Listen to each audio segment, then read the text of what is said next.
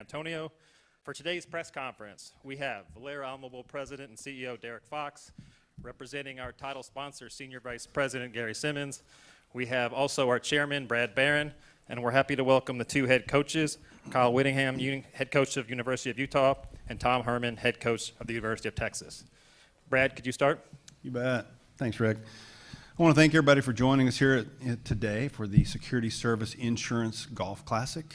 This event kicks off a month of a series-long events culminating with the 2019 Valero Alamo Bowl between two great teams, Utah and Texas. This year is our first New Year's Eve game in about 25 years since we started the bowl. Like 1993, 1994 were the last times we had a New Year's game, and we're very excited about it. It's going to be a fantastic way to wrap up 2019. The Alamo Bowl has been fortunate to have amazing community support since its inception, and Valero has been a big part of the support of the bowl since the very beginning.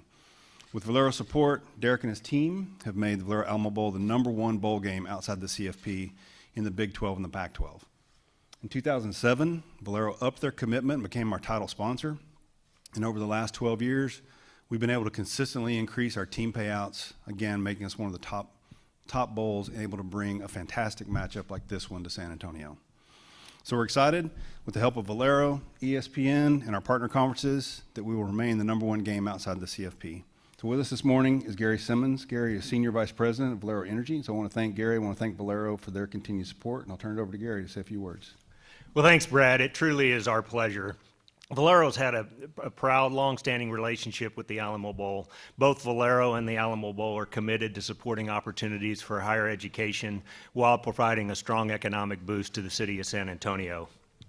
We know that millions will be tuned in to ESPN to see all the excitement that happens inside the Alamo Dome on game day, but it'll be equally rewarding to see our city that's already vibrant become even more alive during bowl week, especially with the New Year's Eve game.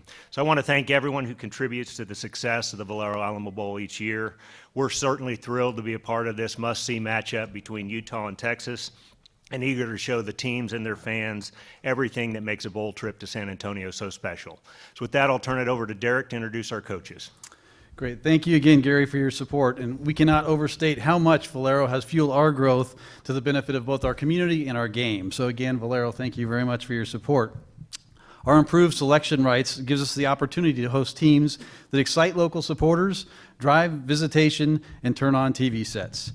We're fortunate to have a great run of fantastic finishes, so no pressures, coaches. Since 2005, the Valero Alamo Bowl has hosted 11 games where the outcome hasn't been decided until the final minutes, highlighted by the 2-point margin of the games of our last 2 games. The common denominator in all this, in highly competitive games, is outstanding head coaches. And given the bowl records of these two coaches, this year's matchup is no different. On behalf of the Valero Alamo Bowl, I'd like to welcome Coach Whittingham and Coach Herman to San Antonio. Congratulations to both of you on successful seasons, and we appreciate you bringing your teams and your fan bases both to San Antonio. So first, I'd like to introduce Utah head coach Kyle Whittingham. In Coach Whittingham's 15th year leading the Utes, they finished the regular season as the Pac-12 South champions with an 11-1 record, earning him the Pac-12 Coach of the Year honors. A win in the Valero Alamo Bowl would give the Utes their highest win total since 2008, when they went 13-0 and were Sugar Bowl champions. Coach Whittingham boasts the second-best bowl winning percentage in NCAA history at 84%, with a record of 11-2.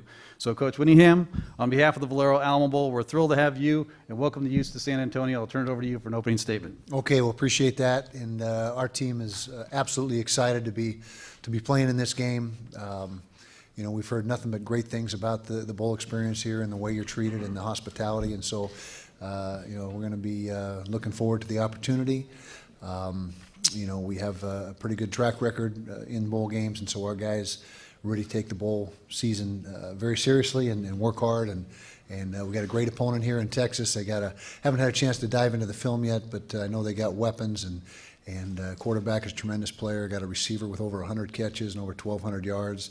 You know, played LSU to a 1-score ball game, Oklahoma to a 1-score ball game. So we know we got an absolute challenge on our hands, but our guys will be excited and ready, and we can't wait to get down here. We're coming down the Christmas Day Eve and spend a week down here, so we're looking forward to it. Awesome. We look forward to that. Thank you, Coach Whittingham. And now let's talk to the University of Head Coach Tom Herman. This is Coach Herman's third season as the head coach of the Longhorns. He led Texas to a third-place finish in the Pac-12 this season, beating two ranked Big 12 opponents and coming within a score of two CFP teams, number 1 LSU and number 4 Oklahoma. In his first 2 seasons at Texas, Coach Herman led the Longhorns to victories in the Texas and Sugar Bowls, and Herman has spent his first 2 years as the head coach at the University of Houston. The Cougars went bowling both years, highlighted by the Peach Bowl win to cap off a 13-1 season in 2015.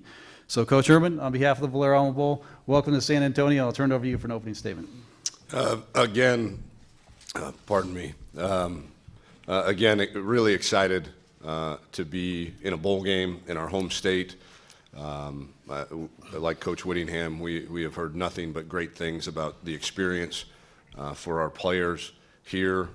I know our guys get excited for bowl games, much like Coach Whittingham. We've had a pretty good track record when we go bowling, and I think our guys are excited to get to work in preparation. You don't win 11 games by accident. Coach Whittingham's an excellent coach. He's got a great staff and really good players, and as he said, on the road recruiting, you don't have a whole lot of time to dive into the film, but I do know that he's got a tremendous rushing attack on offense, and his defense, like every other year it seems, is very physical, very aggressive, and very good at defending the run, and very good at playing man coverage. So we've got a big-time challenge on our hand, but beyond the game, we are extremely excited to be in San Antonio. I know it's going to be very convenient for our fans to come cheer us on, and I know our players will certainly enjoy the experience down here for the 6-7 days that we're down here. Great. For media that are on site today, please do raise hand, announce your name and affiliation. We'll bring a mic holder over, and you can ask. If you're on the call, it is 01, and if you're on social media, we'll also be taking some questions using hashtag Valero Alamo Bowl. Do we have a first question for you, the coaches? Front left. Yeah, Brian Davis from the Austin American Statesman. Both of you guys have great quarterbacks. Maybe could both of you talk about each one of your guys and what they bring to this game? Go ahead. Yeah, I mean, I think Sam Millinger is certainly the gas that makes our engine go, not just offensively, but as a team. Phenomenal leader. He's a 3.8 GPA student in the Macomb School of Business, and already part of a startup business. So he's, as I like to say, a marry your daughter kind of kid. And we go as he goes, and he's had a tremendous season. As I've said, I think he finished 6th in the country in passing yards this season.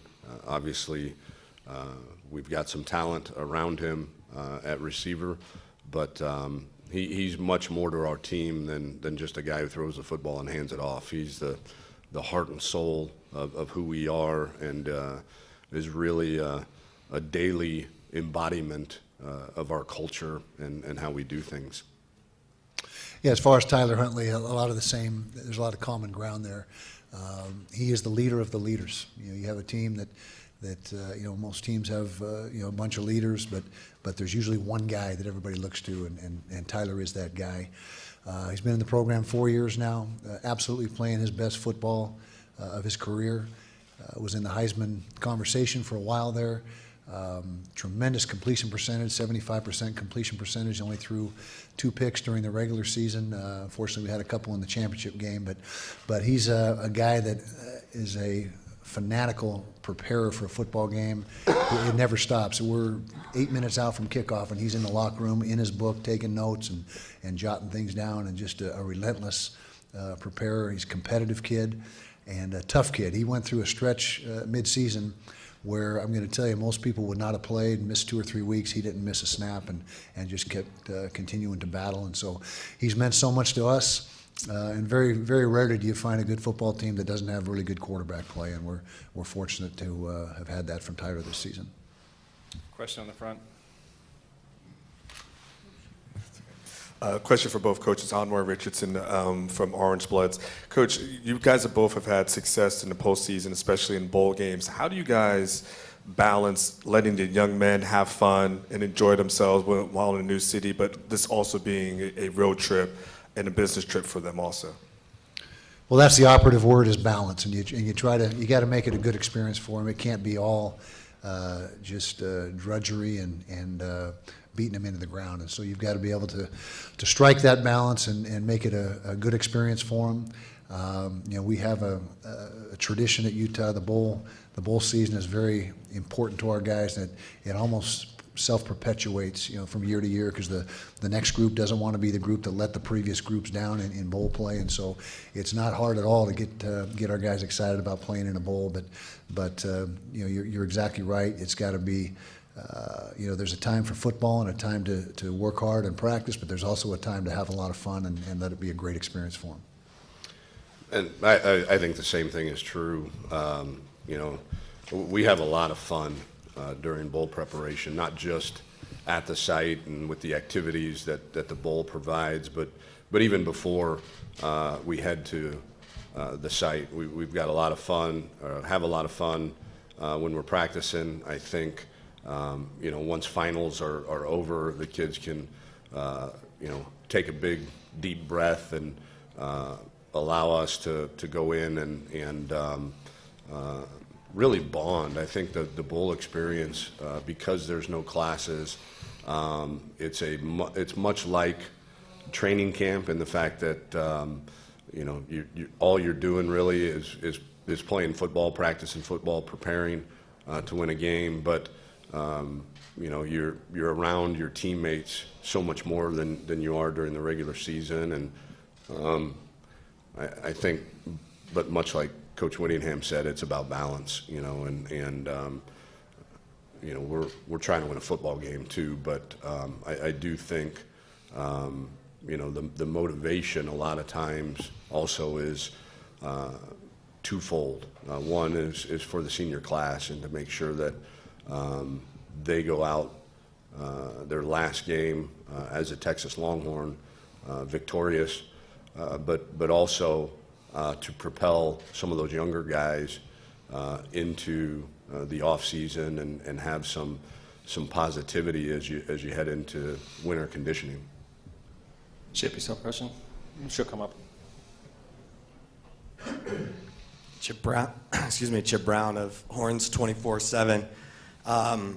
Kyle, can you talk about what Morgan Scally means to your team as a player there, and I think he's grown up there as a coach. See y'all released that he's got a new deal, and then for Tom, just what the message has been to your current roster and the feedback back from them since you made the decision to replace both coordinators. I can't say enough good things about Morgan Scally. He's, when he was a player here, just a fierce competitor. We were in the Mountain West Conference at the time. He was the Defensive Player of the Year, MVP of the Sugar Bowl. I believe it was not the Sugar Bowl, the Fiesta Bowl. And just a competitive spirit and a competitive fire that second to none. And that transformed and translated to his coaching career. He's, for a lot of years, he's been really the face of Utah football. I mean, he's a homegrown guy right there from Salt Lake City. Immediately after he finished playing, we hired him on the staff in a role that was, he wasn't a full-time coach, but he was on the staff and working with the program. As soon as I had the opportunity and the opening on the staff to hire him full-time, we did so. And his coaching, just the progress that he's made and where he is right now. He's been our coordinator for 4 years. He gets exponentially better every single year.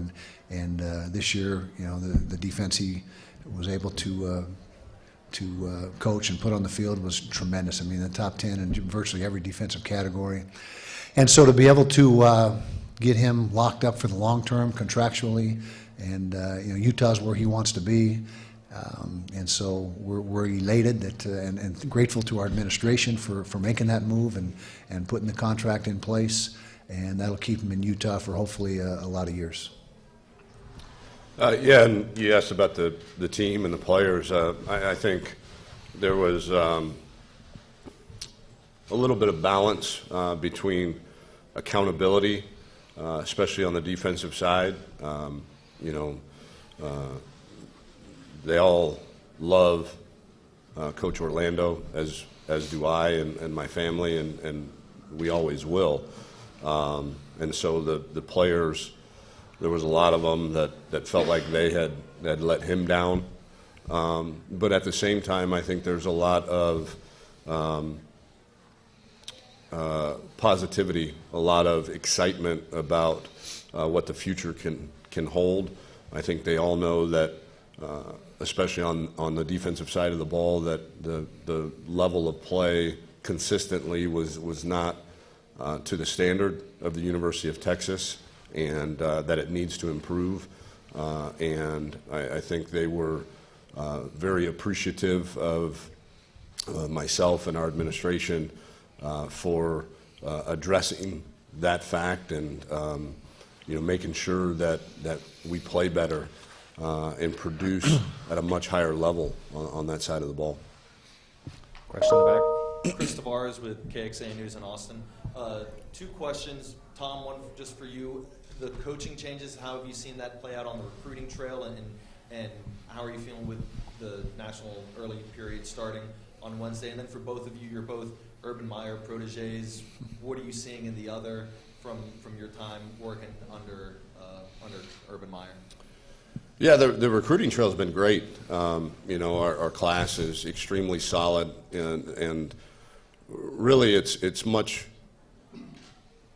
much simpler discussion with recruits than I think people realize.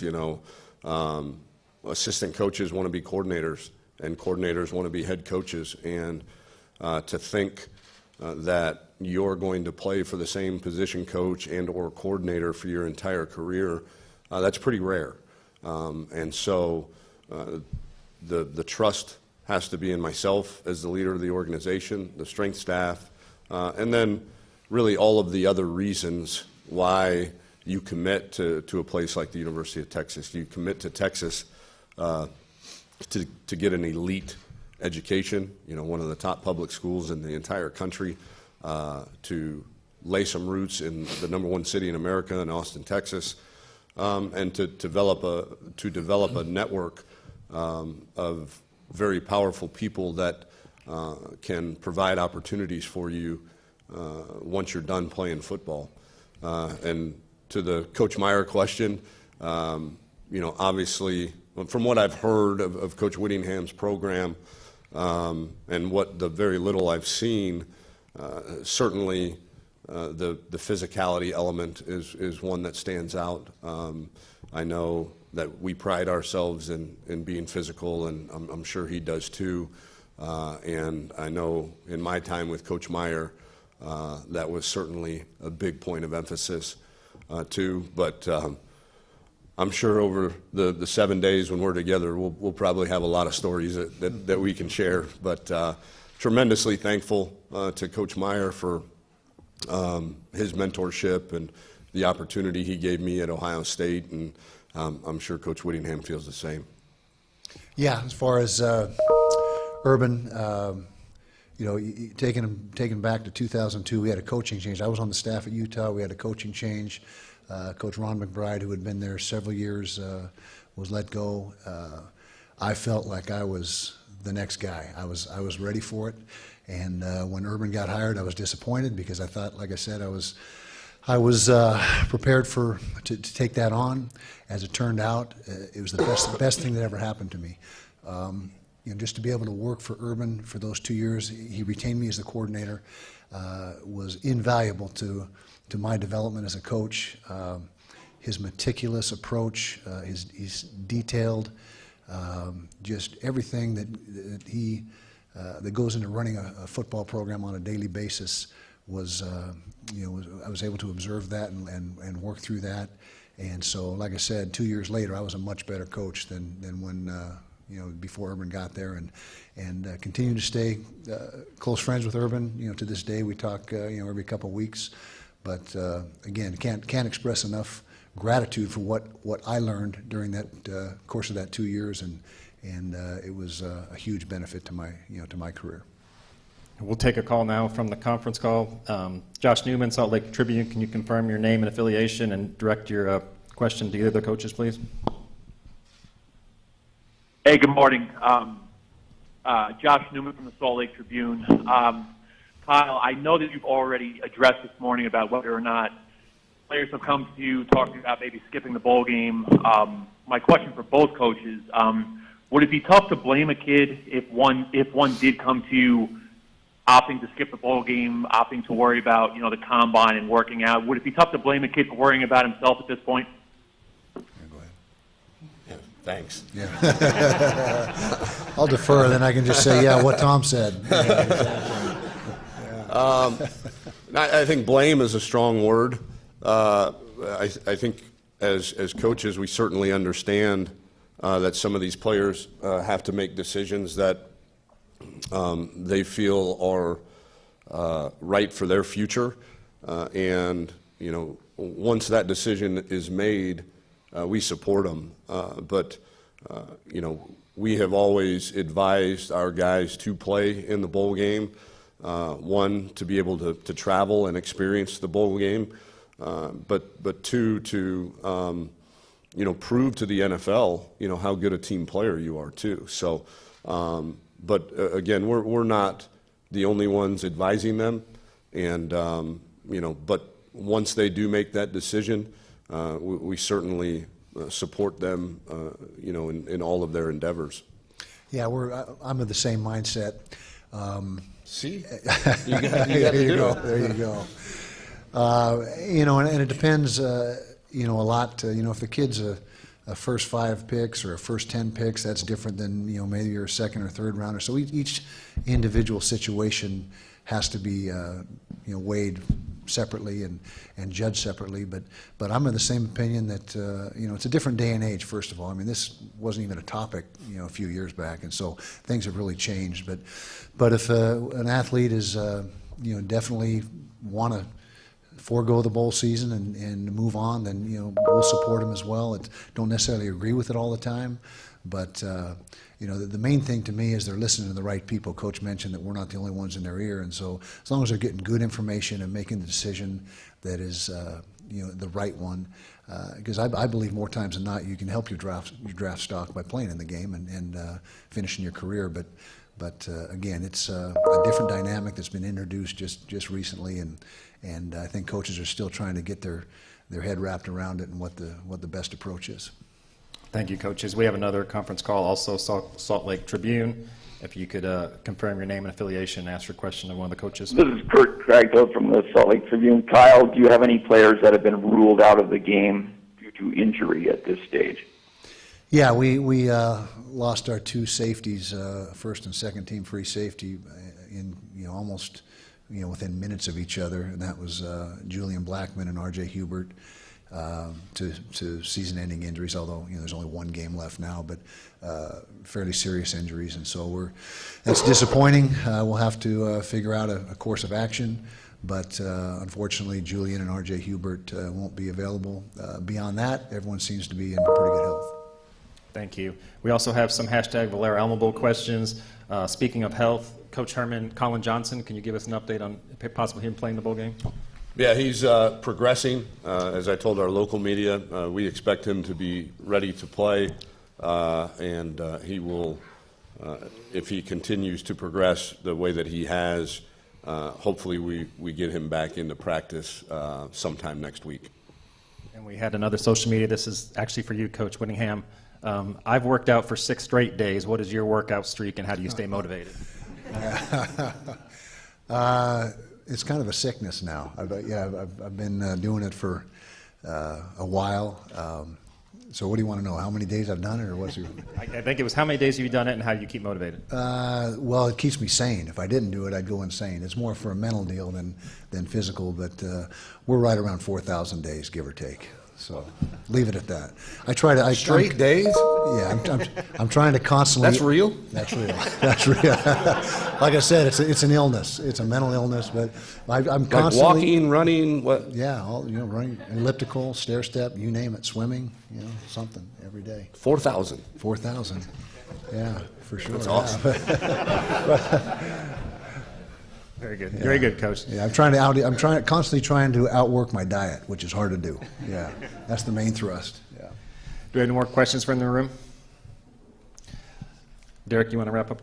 Yeah, just coaches, congratulations on a great year, and as you can tell by the group here and the response in the local community, we're delighted to have you both here in San Antonio, and not only for what you've done with your programs on the field, but off. I mean, you talk about academics, you talk about community service, all those things. You guys have well-rounded programs, so we're honored to have you and look forward to having you here in the Valero Alamo Bowl, and with that, we'll let you go.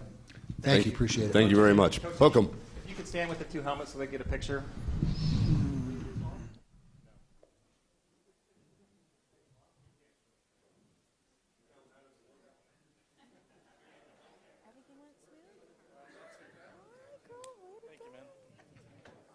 I'm going to give this back to Lance real quick, if I could. I'm going to go under.